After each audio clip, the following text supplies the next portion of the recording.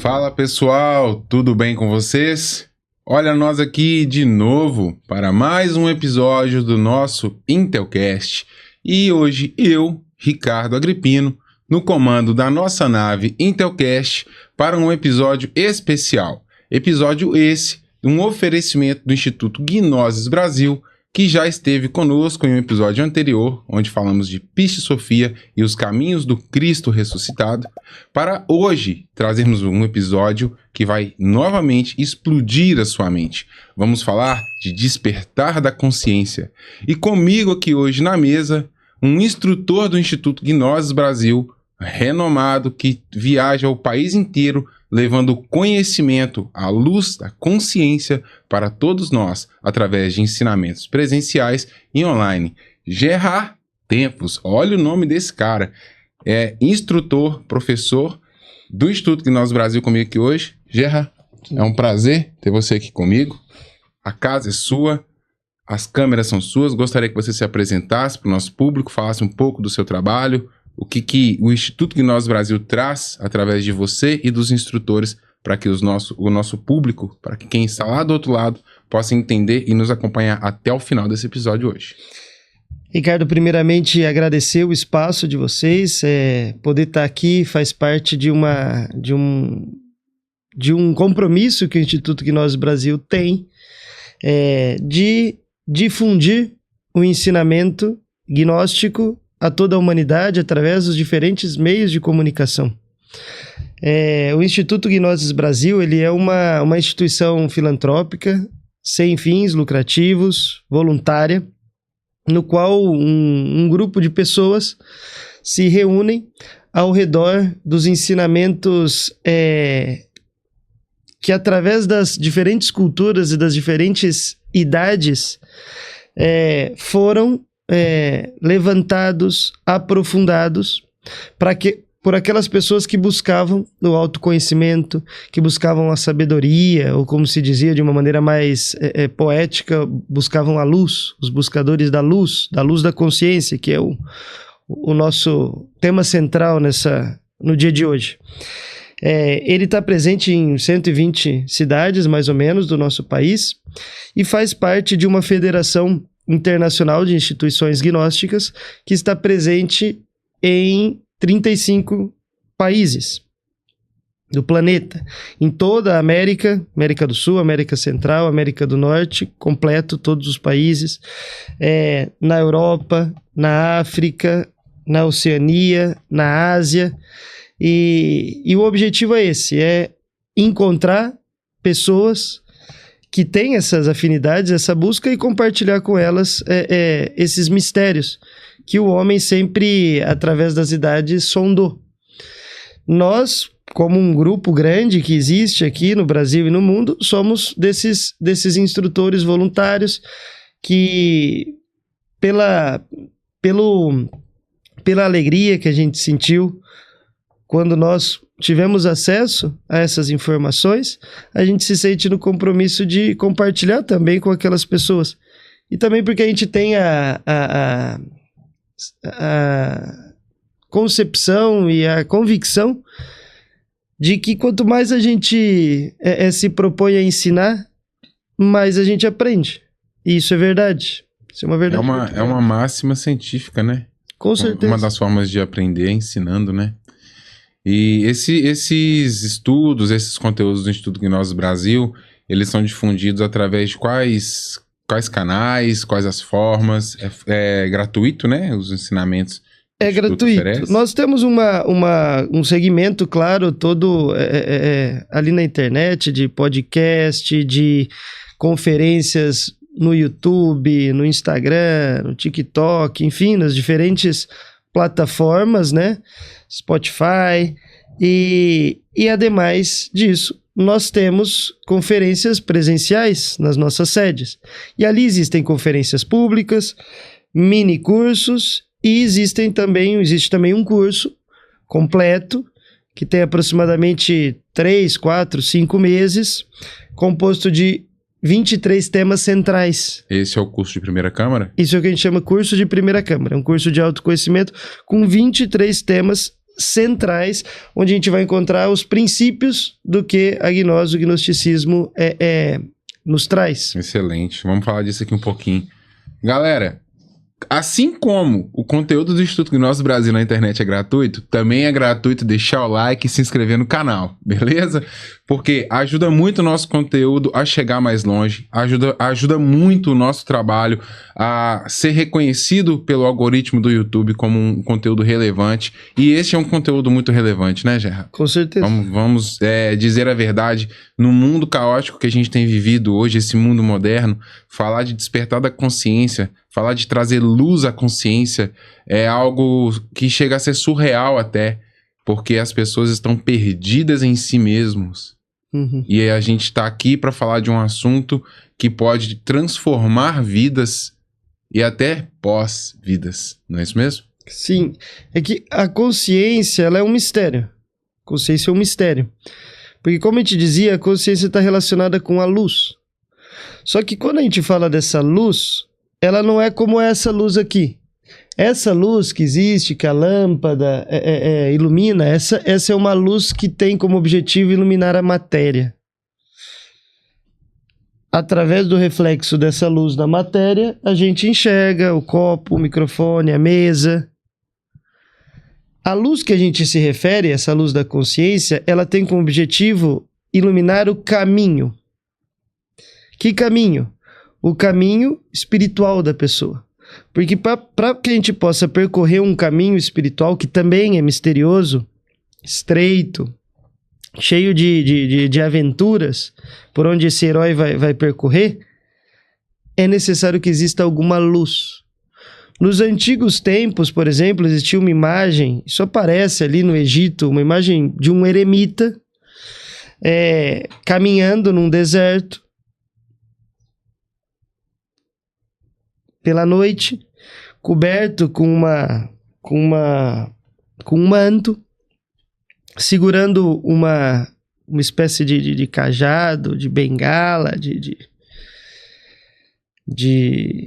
até de gadanha, e ele segura numa mão uma lâmpada. E essa lâmpada, uma pequena, como aquela lâmpada do Aladim que a gente vê? Lâmpada a óleo, né? Essa lâmpada ilumina o caminho. Esse símbolo simboliza a consciência. Essa chama que ele está segurando, que é um dos fatores primordiais para que ele possa caminhar, é a luz da consciência, que pode ser que seja pouca, como a luz de uma chama. Porém, se apaga a luz aqui, se tem um problema, a gente fica sem luz física. E a gente tem uma vela, que é uma luz fraca, pouca luminosidade. Você já consegue se situar no ambiente e consegue caminhar, consegue desviar, consegue ver, olha, você se aproximar, aqui tem uma mesa, aqui tem uma porta. Bom, vamos caminhando, devagar, diferente de se tivesse plenamente iluminado, mas eu tenho algo que me orienta. Se eu não tenho nada de luz, eu estou completamente em escuridão. E a escuridão vai te paralisar. Porque para onde eu vou? Se eu estou plenamente sem luz, isso te imobiliza. Porque eu posso me machucar, eu posso me ferir, algo pode acontecer porque eu não estou vendo nada. Não sei se tem um precipício aqui, se tem um muro, como vai acontecer. Uhum. Então, claro, isso é uma metáfora da consciência. Só que a consciência, ela é diferente do intelecto. O intelecto também tem uma luz, mas a luz do intelecto é diferente da luz da consciência. E isso é um fator central dentro do estudo do gnosticismo, que é diferenciar o que é intelecto do que é consciência. Os gregos, por exemplo, tinham uma palavra, porque a palavra gnosis, retomando um pouco o que aparece aqui, a palavra gnosis, ela significa conhecimento. Isso é uma raiz grega que está presente no português, no inglês, essa raiz gnosis, que significa conhecimento. Às vezes a gente fala isso, gnosis, conhecimento, a gente não vê a ponte de como a palavra gnosis se tornou em português a palavra conhecimento. Porém, essa ponte, ela existe. Porque, por exemplo, aqui existem várias palavras que derivaram dessa. Por exemplo, diagnóstico, prognóstico. Vou fazer um diagnóstico de uma situação. O que é? É um estudo que eu faço para conhecer a situação, para chegar a uma conclusão. Olha, depois que a gente fez todo o diagnóstico, ou seja, que a gente conheceu, que a gente estudou, a gente chegou a tal conclusão. Por exemplo, você vê em espanhol a palavra conosco. Yo conozco. Significa eu conheço, eu gnosco. Em português, eu conheço. Esse gene, em inglês, se transformou na palavra know. I know. I know. I gnosis. Eu gnosis. Eu sei. Eu conheço. Então os gregos tinham essa palavra. Gnosis, conhecimento. Mas tinha uma outra palavra para conhecimento. Episteme. A palavra episteme era esse conhecimento intelectual. Um conhecimento que eu adquiro de fora para dentro. Então, através de um podcast. Empírico, né? Através de um livro, através de uma aula, através de uma conferência. Tudo isso eu conheço. Só que a gnosis, para os gregos, ela tinha um caráter divino. Por isso eles chamavam de a divina gnosis. A divina gnosis era diferente da episteme. E era um conhecimento que não vinha de fora para dentro. Então, por exemplo, a gente pode estar aqui falando no podcast sobre gnosis. Mas isso não é gnosis. Porque a gnosis está dentro de cada pessoa. E, diferente do conhecimento epistemológico, que quanto mais eu leio, mais eu coloco informação para dentro, o conhecimento gnóstico eu tenho que me preparar através do que é chamado, e sempre foi chamado pelos antigos sábios, de uma vida de purificação, principalmente uma purificação mental, emocional e psíquica, para que a gnosis que já está dentro da pessoa tenha oportunidade, tenha um terreno para se expressar. Porque é como se fosse assim um jardim ou uma horta. Quanto melhor eu preparo o terreno, quanto mais eu revolvo aquela terra, eu coloco nutrientes, adubo, matéria orgânica, melhor vai ser o desenvolvimento da planta. Se eu coloco uma planta, seja o que for, inclusive uma semente de qualidade, num solo estéril, não tem o que ela fazer. Então essa vida de purificação é a preparação da terra. Os alquimistas chamavam de a terra filosofal. A terra filosofal. Que você tem que preparar, oxigenar, purificar, para que germine a consciência, para que ela expresse. Essa terra, no caso, somos nós. Somos nós. E a semente é a consciência, né? Que deve se desenvolver. Exatamente. Inclusive, o assento da consciência está na semente. Ontem eu li bastante, né? Os conteúdos propostos para que a gente fizesse esse episódio. E hoje também, vindo para cá, né? Eu vim consumindo. Galera, eu sou consumidor nato do podcast Gnoses a Fundo, do Instituto Gnoses Brasil no Spotify, e recomendo para vocês também. E ouvindo mais uma vez para a gente poder desenvolver um bom assunto, eu ouvi sobre isso, eu ouvi sobre a reforma íntima. É o primeiro passo que eu acredito, né, que seja o primeiro passo que a gente deva buscar para a gente trazer luz a essa consciência e realmente buscar um despertar espiritual real, verdadeiro, né? Porque a gente vê muita gente falando hoje na internet sobre despertar da consciência, despertar da consciência, despertar da consciência. Virou um assunto comercial demais na internet, mas que muitas das vezes a gente vai se aprofundar no que está sendo falado e na verdade não tem nada a ver com o despertar da consciência, porque o despertar da consciência está intimamente ligado com a reforma íntima e com o conheça-te a ti mesmo, não é isso mesmo? É porque existem dentro de um ambiente assim do esoterismo, do ocultismo, dessas escolas de sabedoria milenar, uma série de ferramentas. Uma série de ferramentas extraordinárias. Às vezes as pessoas utilizam algumas dessas ferramentas para algum objetivo. Isso daí é lícito, cada um pode pegar a ferramenta que quiser e usar para o objetivo que ela quiser. Porém, a Gnosis, essa escola, essa instituição, ela tem uma proposta de que a pessoa chegue à sua autorrealização. E a autorrealização, que em última síntese é a felicidade humana, ela vai utilizar todas essas ferramentas de uma maneira que caminhe, vale a redundância, para a autorrealização. Você não vai pegar uma ferramenta para que a empresa triunfe, que eu tenha mais dinheiro. Você pode fazer isso. Ninguém está dizendo que isso é ilícito. Cada um faz o que quiser. Isso, inclusive, é uma coisa que a Gnosis prega. O amor e a liberdade. Cada um faz o que quiser e responde pelo que faz. Somente isso. Você pode faz o que queiras. Porém, responda pelo que você está fazendo. Só que dentro do ponto de vista desses sábios da sabedoria, essas ferramentas e o próprio despertar da consciência têm um objetivo. E é justamente a autorrealização, que é o que você está dizendo. Então, a meditação dentro da Gnosis, por exemplo, é para autorrealização. O estudo dos mantras tem como objetivo final a autorrealização.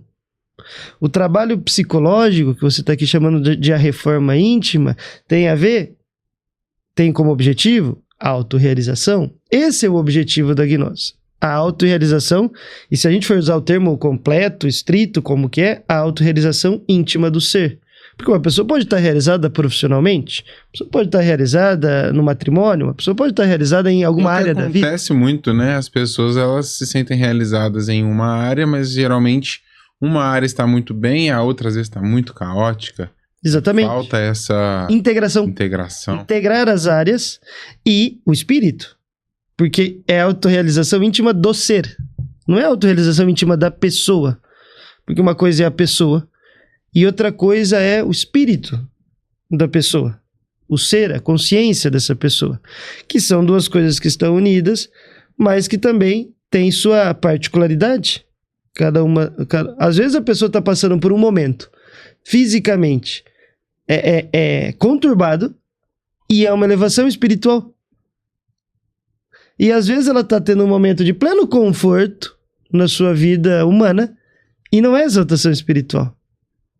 Se nós estudarmos a vida... Por exemplo, veja, por exemplo, o livro de Jó. Ele passa por situações humanas extremamente drásticas. Mas ele não perde a fé. Ele segue num estado de elevação espiritual.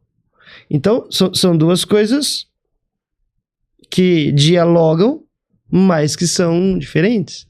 Então, isso é muito interessante. Isso que você traz. Uma analogia também bem interessante que você fez com o livro de Jó, porque acredito que é um dos livros bíblicos, né, nessa Bíblia King James que a gente tem aí ao acesso de todos, que retrata melhor essa questão do equilíbrio, né, entre a fé e a consciência. Porque também existe muita fé sem consciência também, né? As pessoas acreditam cegamente em algo e elas não trazem aquilo à reflexão, à investigação, né? Que é o caminho gnóstico, né? O caminho do estudante gnóstico é a investigação. Dentro da gnosis, a gente diz que existe uma fé solar e uma fé lunar. A fé lunar é a crença cega, isso que você comentou, que muitas vezes sustenta a maioria das nossas vidas. Eu acredito nisso. Por quê? Porque me falaram, porque pareceu lógico, pareceu coerente, porque minha mãe também acreditava, porque meu avô acreditava. Isso é uma fé lunar. Essa fé, às vezes, quando ela é colocada, encontra uma pessoa articulada intelectualmente, que começa a encontrar, a desmontar a estrutura dela, a pessoa fica perdida, como a gente conversava aqui um pouco antes. Assim, se determinada pessoa que tem uma certa lógica, um certo manejo, vai desmontando essa tua crença, a pessoa fica totalmente desarmada, desmoralizada. Agora, existe um outro tipo de fé, que é o que na gnose chama de fé solar, que ela é o resultado de uma comprovação. Que gera, tipo, aquele termo, não, eu dou fé.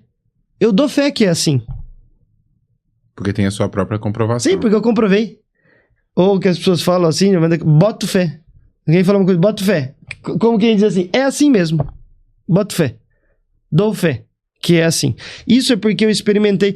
Samuel Monveor, que foi esse grande filósofo, um mestre de consciência desperta, que organizou essa sabedoria gnóstica, que é milenar nesse momento, ele... Uma vez perguntaram para ele assim, você acredita em outras vidas? Ele fala, olha, para mim o problema não é esse. Alguém pode acreditar, alguém pode não acreditar. Isso para mim é indiferente. Agora, eu recordo das minhas vidas anteriores. Então não é uma questão de acreditar. Eu recordo delas. Ou seja, como eu não vou ter fé solar nisso? Sendo que eu comprovo, eu sei que no anterior foi assim. Deixa de ser uma crença para ser uma certeza. Mas eu não acredito. Sim, mas você pode não acreditar. Porque isso não interfere em nada. Na minha recordação. Eu acredito, também não interfere. Por isso que dentro da gnose a gente sempre fala, ninguém aqui na gnose, nenhum instrutor quer que você acredite na gnose, nem desacredite. A gente propõe, porque a gnose é prática, que você experimente algumas coisas, como um investigador, como um cientista, e tire suas conclusões. E faça suas comprovações, porque ao fim e ao cabo é isso que vai ficar. O que vai ficar nós tivemos aqui, Gerra, um episódio anterior sobre ciência e espiritualidade, onde o meu convidado é cientista prático. Sim. E ele falou da magia do caduceu, ele falou da magia do pó de ouro, né? Pó de ouro, do mágico. Ele falou de muitas coisas aqui relacionadas à sabedoria ancestral num contexto científico. Então, ele sim, cientista de formação, né, e tudo mais, falando aqui com propriedade. E nós, como meros buscadores que somos, também acabamos nos tornando cientistas, né, dessa mesma busca. Claro. Não de forma laboratorial como ele, mas aqui mesmo no nosso dia a dia, né, experimentando, como a gente utilizou aqui, eu amo utilizar óleos essenciais, que nos trazem um conforto, uma paz, aliviam uma dor de cabeça. Tudo isso também está incluído na alquimia, está incluído nos estudos gnósticos. Eu acho muito lindo, eu realmente me envolvi muito e gosto muito dos conteúdos do Instituto, porque ele não traz uma visão dogmática, fala de religião sem ser religioso, né? Nos traz uma visão muito, muito clara, muito ampla da reflexão, né? Que é jogar luz aonde há alguma obscuridade. Sim. Então, essa visão científica que a gente acaba tendo, essa posição de investigador, ela é muito gratificante. Sim, e dentro da nossa instituição existem muitos cientistas. Biólogos, cientistas assim de formação profissional, como você disse. E veja, a gnose ela está baseada em 4 pilares. Ela se sustenta, ela tem como raiz. O que é uma raiz? Onde a planta absorve. É que uma raiz não é só isso. Uma raiz é onde a planta absorve nutriente, alimento. A raiz também emana informação para o planeta e uma raiz se comunica com a outra. Isso está comprovado. A gnose tem como raiz, né, usando essa analogia que a gente fez, 4 áreas, macro-áreas do conhecimento. A ciência, a filosofia, a arte e a religião. Tem muito que a gente falar sobre essas 4 áreas. A ciência, para a gente pegar um dos aspectos, tem isso que a gente está falando, que gera fé solar. Fé solar, resultado da comprovação. Isso é pilar da ciência. A ciência é o que comprova, é o que submete. Um cientista, ele não é um crente. Os piores cientistas são os que estão apaixonados pela sua ideia. Um cientista não tem compromisso com a sua ideia. Ele tem compromisso com a verdade, com a comprovação. Ele pode ter uma suspeita. Eu acho que funciona assim. Só que ele não se apaixona por isso. Ele vai lá e fala, então deixa eu tirar a prova. E eu faço a prova, confirmado. Ou eu faço a prova, não é assim que funciona. Ambas as respostas é conhecimento. Porque você ter uma teoria, submeter a uma prova e chegar à conclusão de que não é, isso é produção de conhecimento. Porque essa teoria já ficou... Eu já ensinei que por esse caminho não vai dar. Você entrou num ponto aí interessante e me despertou mais uma dúvida aqui pra gente debater. A questão da pessoa que não está desperta, aquela que está realmente adormecida, né? A gente vê nos estudos gnósticos falando da fascinação como um véu, né? Um véu do adormecimento. Isso que você acabou de falar aí. Um cientista que se apaixona por aquilo e crê sem experienciar, né, se aquilo é ou não é, funciona ou não funciona. Assim acontece com a maioria das pessoas que estão em estado de hibernação da consciência, né? Porque elas, muitas das vezes, elas se fascinam com algo e aquele fascínio, aquela paixão cega ela para as demais coisas e ela fica ali vislumbrada e presa, se torna uma prisão mental, uma prisão de consciência. Claro. Né? Essas pessoas que estão com a consciência adormecida somos todos nós. Os 8 bilhões e meio. Tem graus e graus. E o nosso esforço é para tentar elevar esses estados de consciência, despertar a consciência. Mas veja, tem um nível de consciência inferior que os gregos chamavam de pistes. É o nível das crenças. Para que eu possa sair desse nível e ir para um nível que é extremamente superior, que é o nível da autoconsciência, que é isso que a gente está conversando até agora, que chama dianoia, esse nível, entre os gregos, eu preciso fazer algo com muita calma, chamada revisão conceitual. Ou seja, eu preciso estudar em mim mesmo quais são meus conceitos e as crenças que regem a minha vida e de onde elas vieram. Só que geralmente nós não sabemos quais crenças nós temos. Nós não nos damos conta. Óbvio, porque a nossa consciência está adormecida. Então a pessoa está sendo regida por uma crença, ela se move, ela pensa, ela sente, ela atua, baseada numa crença que em algum momento ela criou, que ela sequer sabe e nem de onde veio. Então ela vai precisar fazer uma revisão de comportamento. Por isso que a gnose propõe a auto-observação. Claro, você pode observar o mundo também. Observar é uma coisa muito difícil, porque observar não é julgar. Se eu olho uma pessoa e vejo ela fazendo algo, eu já tenho um pensamento, olha ali, fulano está fazendo uma coisa errada. Eu não sou um observador. O ego está falando. Eu já estou me metendo. Observar é ver a coisa com distanciamento, como um estudioso. Eu vi um cara bateu o carro, saiu nervoso, começou a gritar com o outro. Estude a situação. Estude o que está acontecendo. Veja, observe. Não se meta. Não se polarize. Esse está certo, esse está errado. Na verdade foi esse, ele fechou o sinal. Não. Isso significa que a tua consciência já está se fascinando, como você disse, identificando, se fascinando e adormecendo com um evento. Você já tem lado, você já tem crença, você já está criando, já está no processo de adormecimento. Então, a gente tem que aprender a observar a vida. E mais do que isso, observar a nós mesmos. Para que a gente possa compreender os nossos processos psicológicos. Por isso que tem uma frase que parece muito simples, mas não é. Que é uma frase do mestre Samael, que ele diz assim: condenar ou justificar não é compreender. Ou seja, para explicar o que é compreensão, o estado de compreensão, ele usa esse recurso da negação.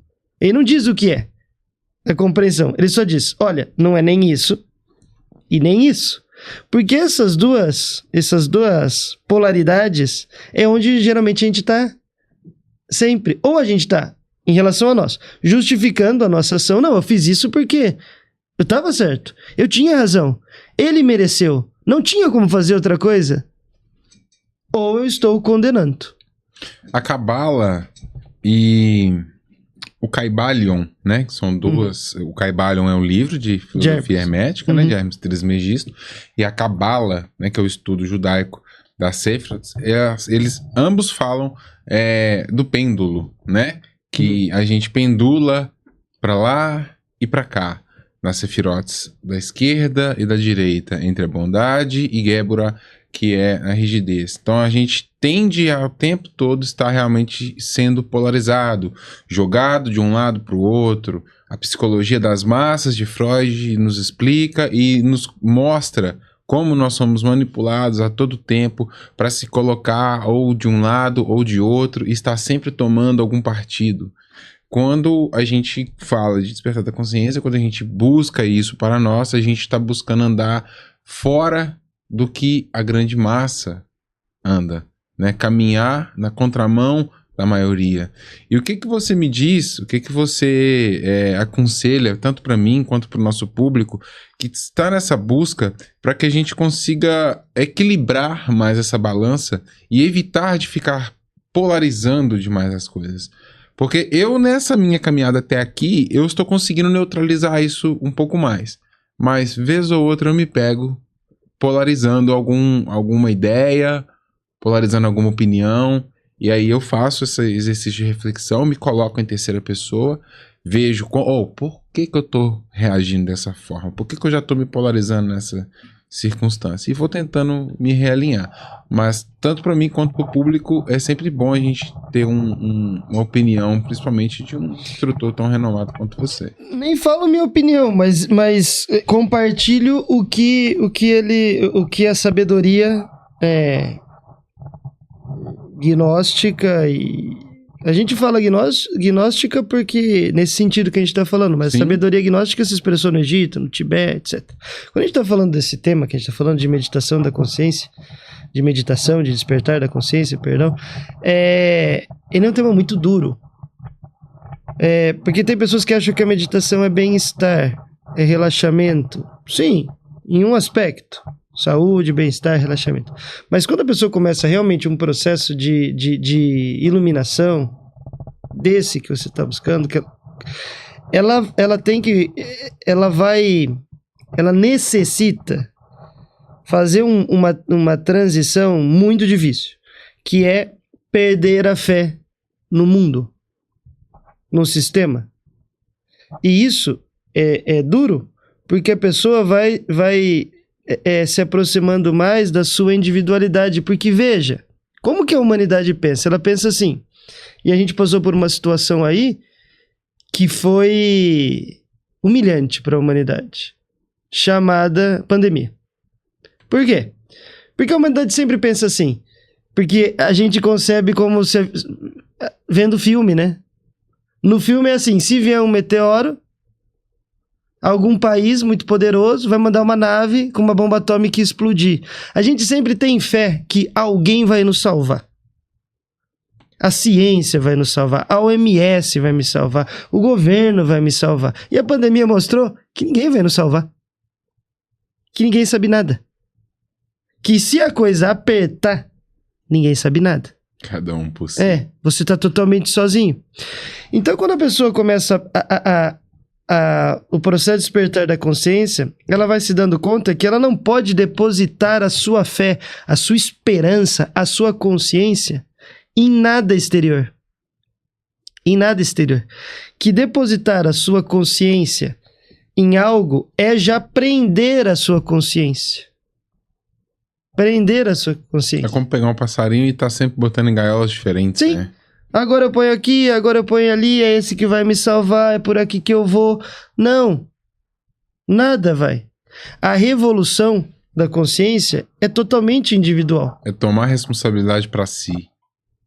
Você responde pelo que você fez, você paga pelo que você fez, você desfruta do que você fez, dos méritos que você alcançou.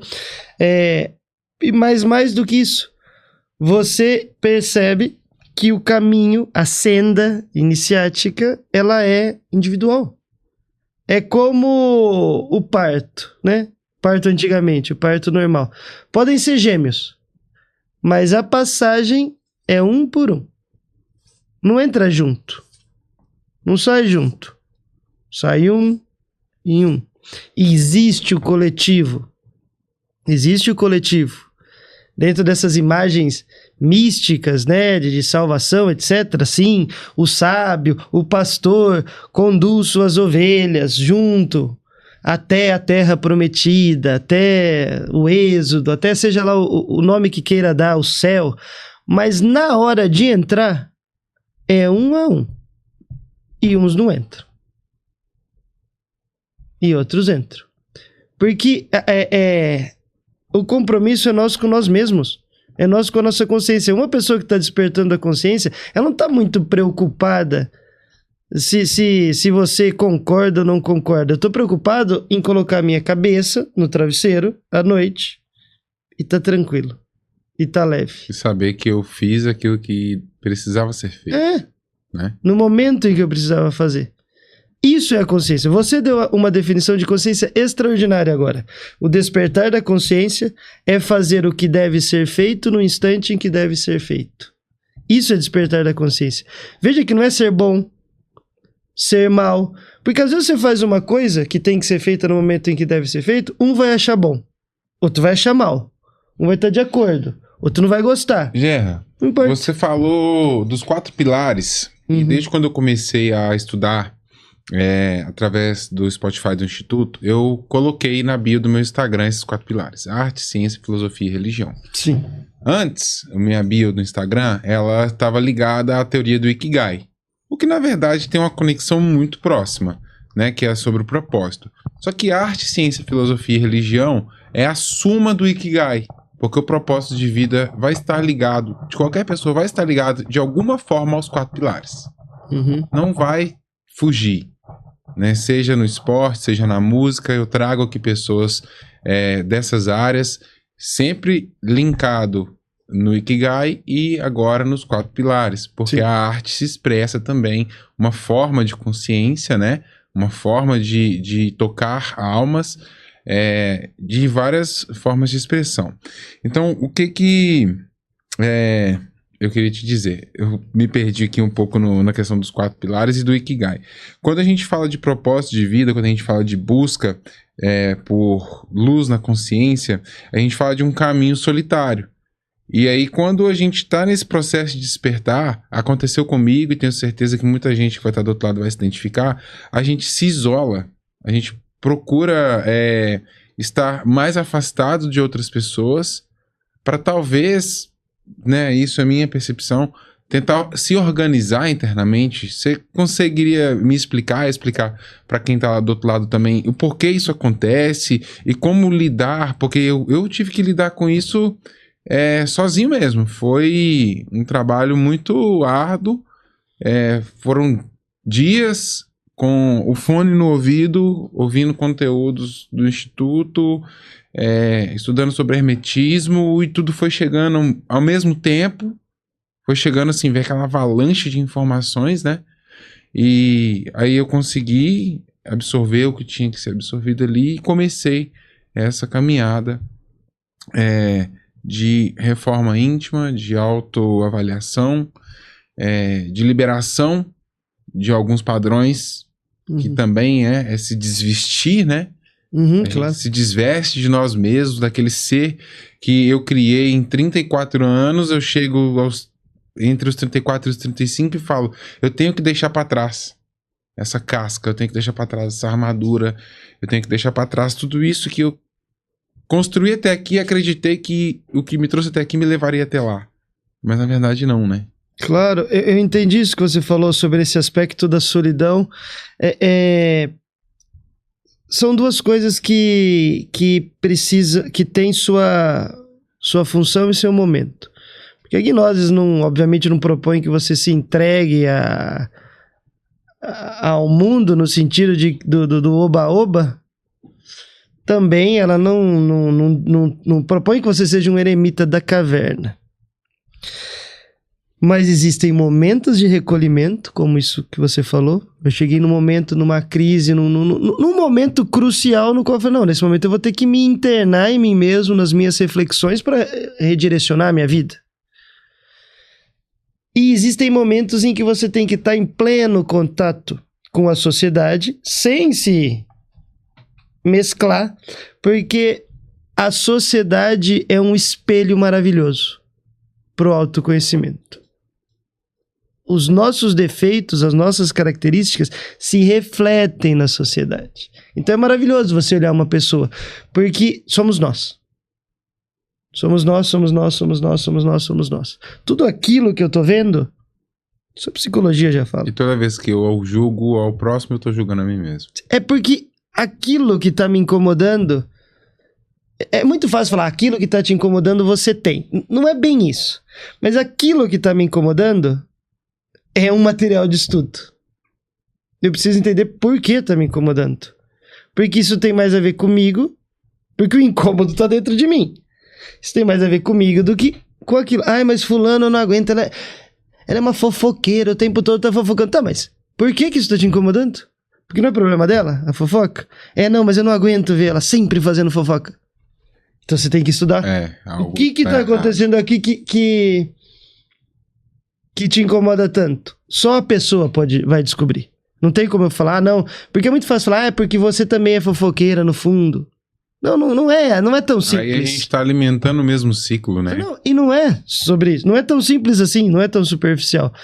Mas você tem que investigar. Esse é o trabalho. Então, isso é maravilhoso. Tem momentos de recolhimento. Paracelso, a gente falava isso na sexta-feira. Paracelso, ele sugeria um momento de recolhimento espiritual, de reflexão diário. E ele explicava que mais importante do que um grande momento de reflexão, um pequeno momento constante. Se todo dia a pessoa tem 20 minutos, meia hora, consigo mesma, sozinha, não é... Aquele momento é um momento sozinho, não é com a sua esposa, não é com o cachorro, é você sozinho, caminhando, sentado debaixo de uma árvore, no seu quarto, num lugar que você consiga sentar e esvaziar a sua mente das preocupações do mundo. Não é momento de se preocupar com o trabalho, com a conta, com o filho indo mal na escola, com nada disso. É um momento de esvaziamento, de silêncio mental, porque nesses estados de consciência, de silêncio, emerge da consciência determinadas luzes, aquilo que as pessoas chamam insights, ideias solares. É de onde vêm as respostas. E vieram de onde? De dentro de você mesmo, da sua consciência, que vai te fazer tomar uma decisão. Não, pera lá, eu vou mudar o rumo da minha vida. Por que eu vou mudar? A pessoa até pensa, né? Como que eu não pensei nisso antes? Sim, mas por que eu vou mudar, Ricardo? Porque, eu tô indo por esse caminho. Pera lá, eu percebi que esse caminho vai me levar num lugar que eu não quero chegar. Então eu vou desviar, porque eu quero chegar aqui. E eu não tenho nenhum compromisso. Às vezes a pessoa se prende, é ela mesma que se prende em um lugar e fala assim, nossa, eu queria mudar, mas eu não posso. Você pode? Você deve, inclusive, porque você já está sentindo. E se você ficar protelando, isso vai crescendo dentro de você. Uhum. E chega um momento em que aquilo que a psicologia chama de ponto de estrangulamento. O ponto de estrangulamento é a boca do funil. Ali você vai passar por uma crise. E ali ou você se desveste para passar no espaço, larga para trás o que tá... a bagagem, né? Ali, você larga a bagagem para passar, você uma não vai mudança, passar. ali vai ser uma mudança drástica. É interessante isso. Eu comecei no assunto, falei que eu tinha me perdido um pouco e te ouvindo aqui eu consegui voltar. É a questão do propósito. A gente vê muito hoje em dia as pessoas passando por crises existenciais e buscando respostas, buscando essa resposta que emerge. Mas algumas coisas a gente consegue ajudar, né? Porque a gente já passou pelo caminho, aquele trecho, e consegue falar para quem tá vindo atrás, né? Busca o propósito. Entenda por que você tá aqui. Porque eu consigo compreender, pela minha própria experiência, que o propósito preenche o vazio. E o propósito traz luz à consciência do porquê nós estamos aqui. Né? Os 4 pilares da gnose, eles estão ligados a propósito. Sim, né? a gente chama propósito, na linguagem gnóstica, a gente fala vocação. Vocação é aquilo para o que a pessoa nasceu. O Ikigai é paixão, missão, vocação, profissão. Exato. É a reunião dos 4, né? O que você ama com o que você é bom, que é a vocação, com aquilo que você consegue entregar de melhor para o mundo, que se reúne ao final em uma profissão. Exato. E tá mais relacionada à realização pessoal do que realmente a questões financeiras. Então, é uma forma da gente se desprender do materialismo, de trabalhar por dinheiro, e trabalhar pelo propósito, sabendo que aquilo também vai te dar dinheiro, mas não é pelo dinheiro. Sim, claro. Né? E a pessoa, quando tá nesse estado, ela tá feliz. E ela realmente não incomoda muito. Quando a pessoa incomoda muito, é porque ela tá deslocada do lugar que lhe corresponde. Quando a gente consegue nos situar em um lugar que nos corresponde, e que eu acho muito estranho quando uma pessoa fala assim, eu não sei qual é a minha vocação. Porque eu acho que o estranho é não saber sua vocação. Porque ela é muito óbvia. Geralmente está escancarado. Aí é tão perto é muito que fácil não você ver ver a vocação das pessoas. Porque é uma coisa que ela sempre fez. Eu lembro de uma história de um ator aqui do Brasil, que é um ator pesquisador. Ele fez uma pesquisa de trabalho séria de um grupo de teatro vinculado à Unicamp. Um trabalho de anos, décadas, um trabalho em sala de ensaio de pesquisa. E eles eram assim, né, vinculados à universidade, eles produziam, eles registravam, era científico o trabalho. Depois de mais de década, cara trabalhando, ele foi apresentar o resultado, um espetáculo lá dele solo. Essa é interessante. E a mãe dele foi assistir E ele conta, assim, né, na história, que quando ele terminou, a mãe dele falou assim, virou pros colegas, pro orientador, e falou assim, ele faz isso desde pequenininho. Ou seja, achando que era uma construção, mas como isso era a vocação dele, já estava a raiz nele. Desde de pequeno ele fez isso. A vocação tá na cara. Só que como existe tanta bagunça mental, tanta informação, tanta sujeira no meio do caminho, a pessoa vai ficando perdida. Mas se ela tiver esse silêncio e retomar assim, tá, mas o que eu gosto de fazer? O que eu sempre fiz? O que eu faço sem... Tem muita dificuldade, né? Flui quando eu faço isso. Flui. É por aí. Vai por aí que você vai encontrar. Isso é bonito, porque é bonito você ver uma pessoa feliz, porque ela se situou naquilo que ela gosta de fazer. E aí vai ser uma pessoa feliz, vai ser uma pessoa menos suscetível a adoecer, tanto fisicamente quanto mentalmente, claro. né? Claro, ela tá realizada. Ela tá não realizada 100% no sentido místico, mas ela tá caminhando. Mas eu acredito que esse é um grande passo para essa realização. Muito. Porque através do propósito, através de exercitar o que nós temos de dom, de talento, de vocação, todas as outras coisas, elas vão magneticamente se aproximar de você. Então, um bom relacionamento vai se aproximar, bons amigos vão se aproximar, boas pessoas, né? Igual aqui eu estou exercendo aquilo que Deus me deu como dom, como propósito, e tenho você aqui, tive o Álvaro aí, e tenho vários convidados que vêm aqui e dividem comigo esse momento, que é muito rico para mim, me preenche de propósito, me preenche de alegria. Eu sempre volto para casa muito feliz depois de gravar um episódio. Então, eu acredito, quase que dizendo, tenho certeza que todas as pessoas que exercem o seu propósito vão ter o mesmo sentimento. E aí, o resto vira resto, o materialismo fica para trás. Parece que é automático, né? Porque a gente luta a vida inteira para ter, mas nunca por ser. Sim, claro. E no propósito sempre vai ser pelo ser, e não pelo ter. E você parece que, como você disse, a vida da pessoa começa a se organizar. É que organização não é programa. Vamos ver. Isso é muito, muito interessante. Eu acho muito interessante. É a matéria de estudo. Você já viu uma pessoa que tem tudo programadinho? Eu vou fazer isso, e daí depois eu vou fazer, depois eu vou fazer meu mestrado, depois eu vou fazer tal coisa. E a vida dessa pessoa não flui. E parece que tem pessoas que estão aparentemente distraídas e tudo flui. O que é isso? É que organização não é programa. Organização é uma lei cósmica que já existe. E que conforme você se prepara e eleva o seu estado de consciência, não se apegando tanto aos problemas e preocupações do mundo, você passa a ser regido. É como se fosse uma frequência superior. E você está aqui. Você tem que subir para que essas ondas, que são a organização, passem a reger a sua vida. Então, quando a pessoa vai entrando, se situando, como se diz em espanhol, se ubicando, ou seja, se localizando no lugar que lhe corresponde, ela vai se elevando, porque ela vai ficando, como você falou, eu saio satisfeito, eu saio feliz, eu saio alimentado. Isso é elevação conscientiva.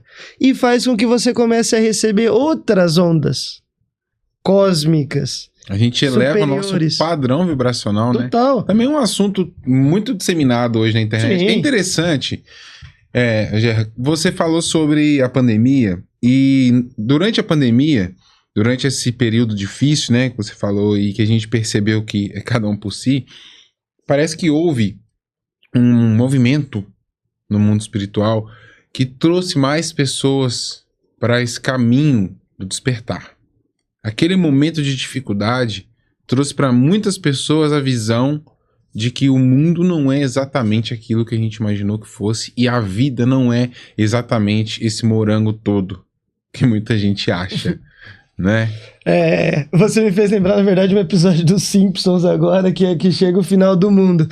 E daí, quando começa o final do mundo, a câmera sobe assim, né, no enquadramento, e tem uma igreja e um bar. Daí começa o final do mundo, todo mundo que tá no bar sai e vai pra igreja. Todo mundo que tá na igreja vai pro bar. Eles trocam de lugar. Porque essas situações drásticas, elas mexem com a psique humana. E elas fazem com que a gente emerja a nossa fragilidade. Então, a pessoa, no momento de crise, ela tem um comportamento realmente diferente. Mas sim, é fato isso que você disse, que sempre nos momentos de crise, muitas pessoas que às vezes eram incrédulas, elas começam a perceber que existe algo. Porque a espiritualidade, ela tem um sentido de proteção. Ela é uma proteção para a pessoa. Ela é um bálsamo, um alento. Claro, algumas pessoas criticam isso como se fosse assim uma fuga. E existem alguns aspectos relacionados com fuga também, mas não é disso que eu estou falando. A gente está falando de uma real proteção, alegria, expansão de perceber, porque o que é a divindade? Você vê, por exemplo, o cosmos. No cosmos tem uma série de forças. Força de gravidade, as forças de rotação, translação, tudo organizado. Os planetas, as luas, as galáxias, os sistemas solares, tudo isso é organizado. Só que não existe força que por trás não tem uma inteligência. E essa inteligência que coordena as forças, que organiza o universo, é que muitas culturas chamaram de Deus, de divindade, anjos, arcanjos, sei lá, fadas. Cada religião, cada forma religiosa deu um nome mitológico para as inteligências que para cada fractal dessa consciência superior, né? Coordenam essas forças, entende? E isso, às vezes a pessoa desperta para isso no momento de dor. Despertar da consciência também se dá pelo caminho da dor, às vezes. Quantas pessoas sofrem um acidente? Eu acredito que a grande maioria das vezes ele vai vir pelo caminho da dor. A pessoa sofre um acidente. Quando eu estudei sobre a Noite Escura da Alma, que foi o período que eu passei, né, que eu fui procurar entender, porque foi assim, eu fui abraçado. Eu fui abraçado pelas minhas próprias trevas, pela minha escuridão. Pelo que até ali que eu tinha passado na minha vida, na minha carreira, eu carregava, eu arrastava como um peso. E eu fui engolido, né? Sim. O abismo, quando você olha demais para ele, ele olha de volta. E aí, nesse momento que eu me encontrei imerso nas minhas dores, no meu sofrimento, nas minhas trevas, foi que eu consegui retornar diferente. Então, eu não consigo imaginar uma outra forma da pessoa realmente despertar sem passar por esses momentos, principalmente no mundo atual, né? Porque para um monge que nasce no mosteiro e desde sempre ele é iniciado, ensinado a meditar, a buscar esse caminho, ok, ele talvez não vai ter esse período de escura da alma, mas... Vai também. Pois é. Ele vai porque a meditação vai levar ele ao abismo. Porque é onde está a consciência. Porque você sabe o que significa abismo? Abismo é uma palavra que significa esotericamente abs-on. Abs significa ave. Ibis, ave. Abs, que significa espírito. Ave, águia, sempre está relacionado com o espírito. E on significa homem. Então o abismo significa o espírito do homem. Que está onde? Submerso. Na Cabala, em Daaf. Ali. Submerso e que vai ter que emergir. Por isso que uma pessoa, se ela quiser resgatar a sua consciência, ela vai ter que baixar aos abismos. E emergir como a ave fênix, de Heliópolis, que emerge dos abismos e sobe gloriosa. Veja aqui, por exemplo, o caminho da cruz, a cruz. Esse madeiro vertical significa o caminho espiritual. E o madeiro horizontal significa a vida cotidiana. Uma pessoa que queira elevar-se, e aqui no topo está o céu, o absoluto, Deus, e aqui embaixo está o abismo. Essa pessoa está vindo pela vida, ela encontra o caminho. Tem um momento de que ela encontra o caminho. Ela não pode chegar aqui, quando ela encontra o caminho, e subir para Deus. Ela chega e baixa até o abismo, para poder recolher a consciência e subir. Então ali embaixo tem muita coisa. Esse embaixo... E o caminho de descida é maior do que o caminho de subida. Sim, e uma coisa é descer e outra coisa é cair. A espiritualidade autêntica te ensina a descer ao abismo com consciência para resgatar outras partes da consciência que estão lá. E já o caminho da perdição te derruba no abismo. E de lá você não consegue sair. Eu acho que meu caminho foi na queda mesmo, viu? Foi tipo, eu tropecei, não consegui, pum, já tava lá, sabe? Às vezes acho que a grande maioria acontece desse jeito, mas se fosse pra descer na escada ali bonitinha, seria melhor. A descer seria mais agradável. Descer o monge, que você falou. Descer o monge através da meditação, ele vai descendo ali. Ele tem que descer. Com a gente aqui no Ocidente é assim mesmo, só no capote, né? Mas que bom, né? É bom, hoje eu enxergo isso de uma forma bem positiva, sabe? É positivo. A minha vida espiritual, tudo que... A minha relação com Deus desde sempre, ela foi meio assim. Eu falo muito com minha esposa que comigo, a vida, ela me trata feito miojo. É 3 minutos, meu querido. Eu vacilei aqui, o capote já tá logo ali, eu já sei o porquê. Então eu não vou deixando fatura pra pagar depois, sabe? Isso é bom, E eu entendo isso realmente como algo bom na minha vida, porque... A gente sabe que tudo que se faz tem uma consequência, né? Toda dívida que você faz, você tem que pagar.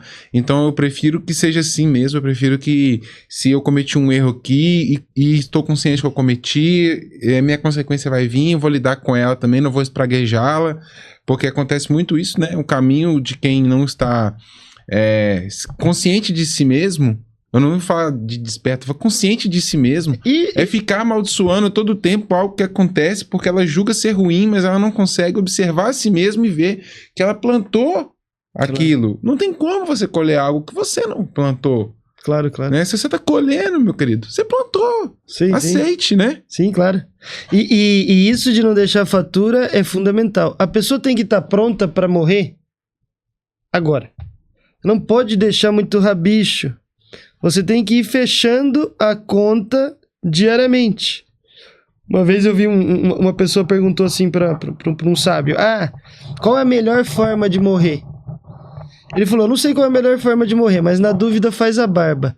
Ou seja, quer dizer, esteja pronto, porque a hora que for, você tá já bonitinho. Agora, se chegar o momento e você deixou muita fatura, você deixou muita coisa, é mais doloroso. Verdade. Meu amigo, nosso tempo tá acabando. Passa muito rápido, né? Passa rápido, papo claro. muito bom, um papo muito engrandecedor. Eu tenho aqui já um rito, né, no nosso podcast, que é uma pergunta, e eu tenho certeza que assim como o Álvaro que passou aí, né, tá aí nos bastidores com a gente, tirou de letra essa pergunta, vou também te direcioná-la. Tenho certeza que você também vai tirar de letra. Qual é a sua visão de um mundo melhor através do que você faz? Né? Esse é o sentido do propósito, que nós estamos buscando entregar e mudar, tanto em nós quanto para o mundo. Para o mundo. Eu acredito que um mundo... O mundo melhor, exterior, é o reflexo de um mundo interior melhor. Esse mundo interior que a gente quer melhorar, isso não é barato. Isso não é fácil. Mas eu acredito que vale a pena que a pessoa tenha coragem de olhar-se no espelho. Tem uma frase de um ritual egípcio, antiquíssima, que é muito importante para gnoses. E é uma síntese disso. Que diz assim: a pessoa se vê frente a um espelho e se diz assim: olha-te fixamente sem pestanejar. Isso daí já é muita coisa, porque pestanejar é quando você... eu não quero ver. Então, olha-te fixamente e sem pestanejar. Olha a ti mesmo. Sê teu próprio juiz. Faz exame de consciência e corrija-te, já que está próximo o momento em que receberás a luz. Esta luz, não é essa luz, é o verdadeiro dia.